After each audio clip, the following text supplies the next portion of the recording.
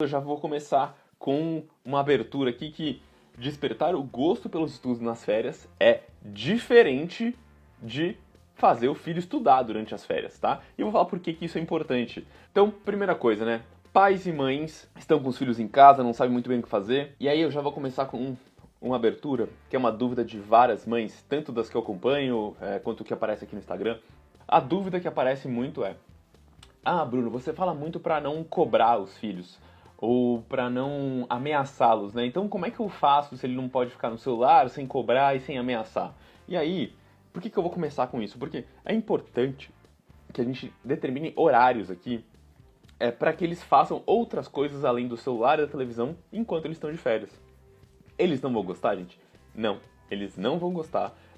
Por quê? Porque é muito mais fácil, gente. Eu pego aqui meu celular, eu tô com meus amigos, eu tenho meu joguinho, sei lá, é o meu lugar seguro o celular, né? Então é muito fácil pra mim pegar ele e ir pro meu lugar seguro. Isso acontece com a gente, adulto, né? Quantas vezes, bom, agora não que a gente não tá saindo de casa, né? Mas quantas vezes você chegou num lugar novo, sei lá, foi num evento, foi alguma coisa do trabalho, e você chegou e, putz, você tava ali meio sem saber o que fazer, e pum, pega o celular e é o escape aqui. Então isso funciona pra todo mundo, assim. Então, para eles é a mesma coisa. Então quando você fala para ele, filho, ó, você não vai mais ficar no celular, você vai fazer tal coisa, se você falar desse jeito, ele vai ficar muito bravo, tá? Então, como que a gente faz para mudar esse hábito? Primeiro, quando eu falo para você não cobrar ou não ameaçar na sua comunicação, não é para você ser permissivo e aceitar tudo que crianças e adolescentes fizerem, não. Crianças e adolescentes, como a gente viu na live com a Roseli Saião, elas precisam, além de limites, elas precisam de adultos para ajudá-los a cumprir esses limites.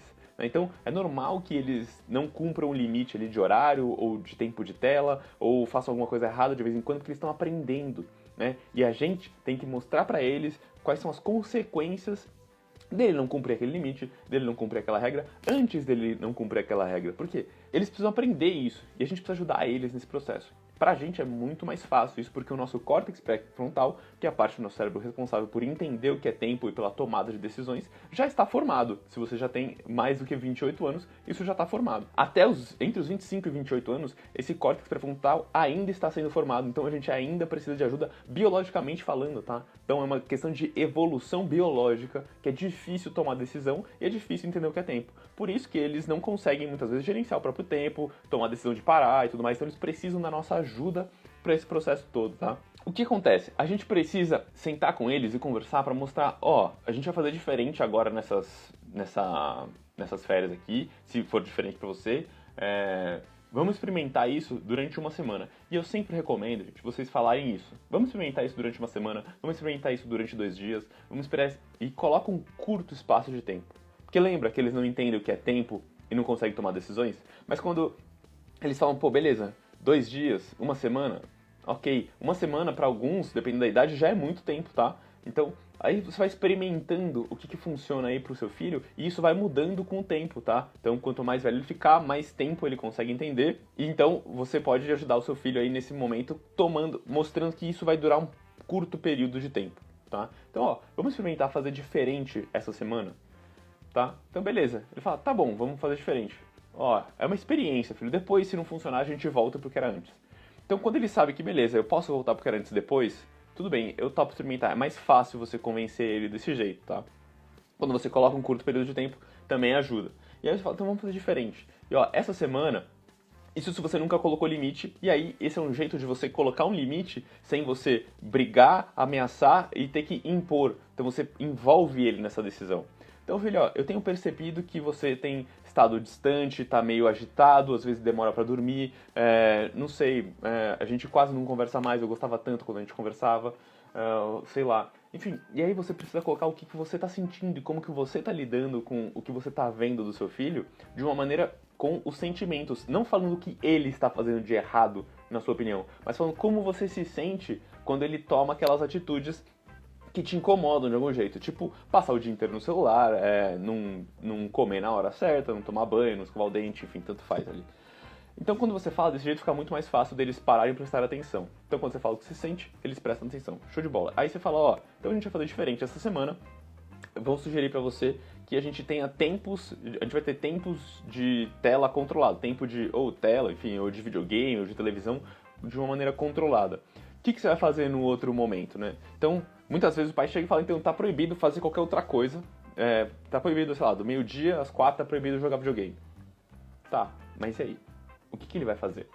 Né? Você precisa também dar a oportunidade dele ter outras coisas pra fazer e ajudar ele a pensar. Eles são muito criativos, óbvio. Se você deixar ele sem fazer nada, uma hora ele vai descobrir alguma coisa, sim. Mas para você tornar esse momento prazeroso e realmente despertar o gosto pelos estudos neles, nas férias, que eu vou chegar nisso no final, tá? Eu vou fazer esse fechamento no final de como fazer isso.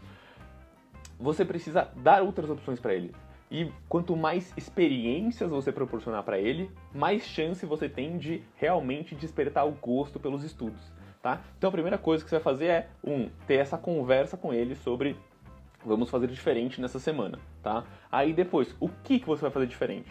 E aí, gente, depende de cada família, depende de cada casa. Tem gente que tá tudo bem deixar o filho jogar videogame o dia inteiro, tem gente que se incomoda, mas não sabe o que fazer, tem gente que é muito restrito nos horários de videogame e nas férias dá uma liberada. Assim, isso é muito particular e tem muito a ver com os seus valores.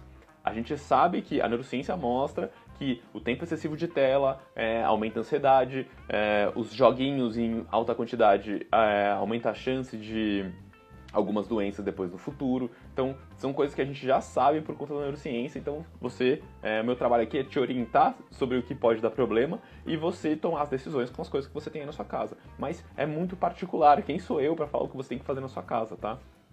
E aí, você teve essa conversa e você determinou os horários que ele vai poder assistir televisão, ou jogar videogame, ou ficar no celular e tudo mais.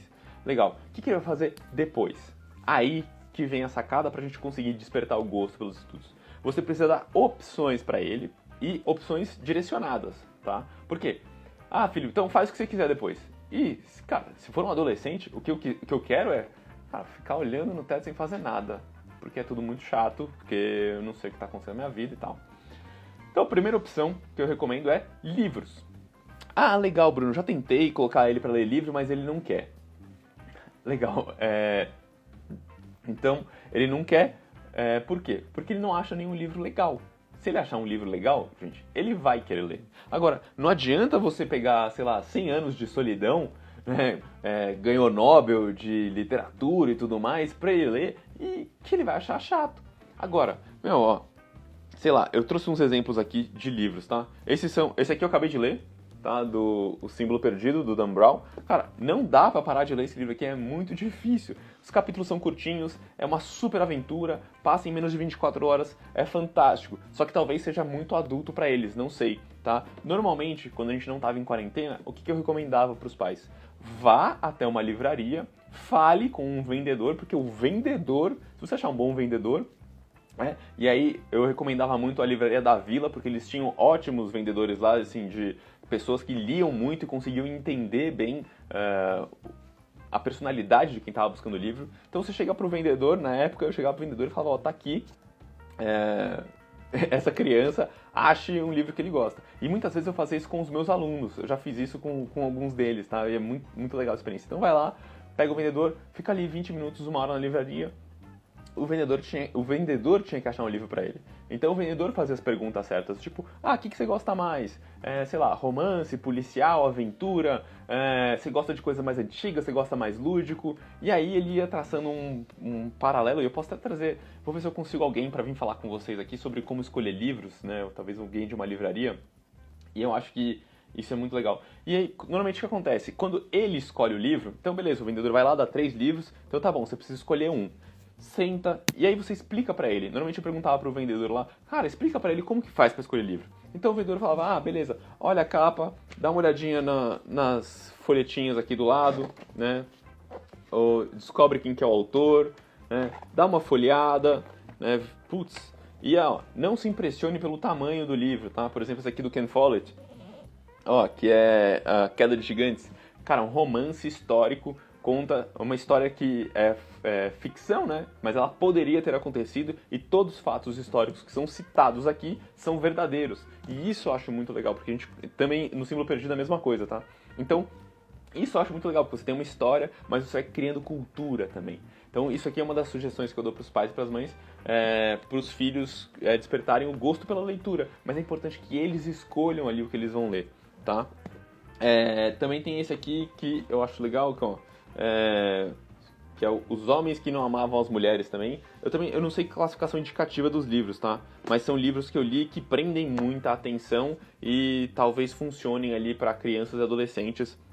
Quer dizer, eu não sei a classificação, é bom até olhar, tá? Mas são sugestões porque se eles escolherem um livro, é muito mais fácil deles lerem. E se for um livro desses aqui que, tipo, cara, vendeu milhões e milhões de unidades, cara, assim, a chance do livro ser bom e ser útil para aquele adolescente é muito grande. Então, você precisa, tá, Bruno, a gente não tem livraria hoje em dia, como que eu faço isso? Bom, não sei, você primeiro pode procurar alguém na internet que fala sobre livros, tem várias pessoas agora que leem histórias na internet, isso é muito legal, mas você pode também ir lá na Amazon e, sei lá, você tem vários filtros, você põe livros para crianças, para adolescentes, livro infantos juvenis e tudo mais, e ele vai te dar uma sugestão, ou, sei lá, entra lá no Harry Potter e vê pessoas que compraram esse e também compraram tais livros. Enfim, ou provavelmente o seu filho já assistiu um filme que ele gosta, que vem de um livro que vendeu bastante.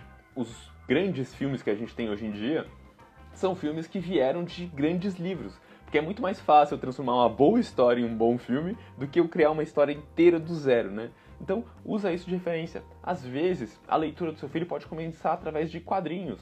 Né? Então, se ele gosta muito de Avengers, né? Os Vingadores, Homem de Ferro e tudo mais, cara, por que não comprar quadrinhos do Homem de Ferro, do Avengers ou de qualquer coisa assim, para que ele comece a despertar o gosto pela leitura dentro dele?